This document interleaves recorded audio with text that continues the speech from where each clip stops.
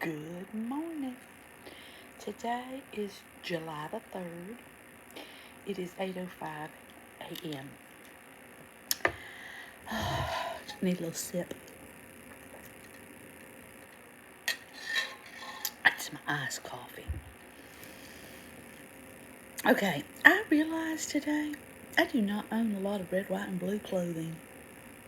I have red, and I have white, and I have blue, but I don't have a combo. Interesting. It'll all go on sale soon. Maybe I'll buy myself a little something. I won't talk about the 4th of July. Basically, this does apply for pretty much any holiday. Don't stress. That's number one. Number two, have a plan. Number three, have a backup plan. The reason I say this is we cannot control most things. So you got to be able to roll with the flow. Also, don't be disappointed if everything doesn't turn out exactly the way you want it to turn out, because 99.9% of the time it's not going to. And you don't want to your expectations to ruin having a good time. You got to give a little forethought to most things. Now, spontaneous is fabulous. I love spontaneous, but you can't just think everybody else is going to take care of everything, because that's not right either.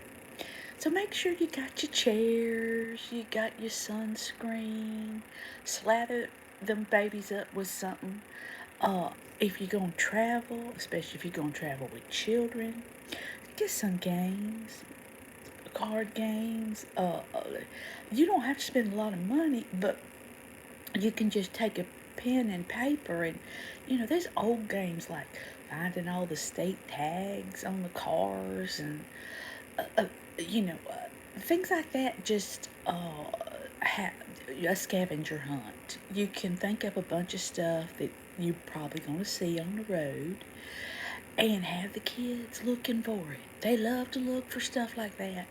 Songs, appropriate music for children. Little children love stuff like the chicken dance. They love that song. Now, it'll drive you nuts for a while, but you kind of get used to it, really. Honestly, you do. Snacks. Don't fill them up with some sugar stuff, and don't overload them on carbohydrates. But some healthy snacks is always good. Now, if you give them a lot to drink, they're going to have to pee. And you can make little side of the road type facilities with a bucket or a cup if you absolutely have to. But in general, the general rule is you're going to have to stop every 2 hours. I know for my husband that drives him bonkers. He only wants to stop to get gas, and you pee and take care of your business, everything, when he stops to get gas. Well, don't always work with, if you got somebody like me, or you got children. You're going to have to stop more frequently. And don't be irritated. Make it part of the fun of the trip. And try to find places that are a safe location. If you're a woman and if you're traveling with children, you have to have vision, constant vision, because there are wackadoodles out there that want to hurt you. Uh, be safe, be thoughtful. That's my husband's phone. The other thing is, when you get to your destination, don't just rely on other people to watch your children. If you are going to be in water or near water, you got to keep an eye on them children, because they drown that fast. And that's pretty much all ages. So keep an eye on them. Be alert constantly. This is not a time for you to get drunk as Cooter Brown. This is a time for you to have a good time. But be aware, be aware, be aware. Also, don't be in a hurry. Road rage. Don't be in a hurry. If you think it's going to take you 4 hours to get somewhere, you better think that it might take you 6. If you think you're going to leave at 4 o'clock, no. You best leave at, 2. Oh, everything's going to take longer to do.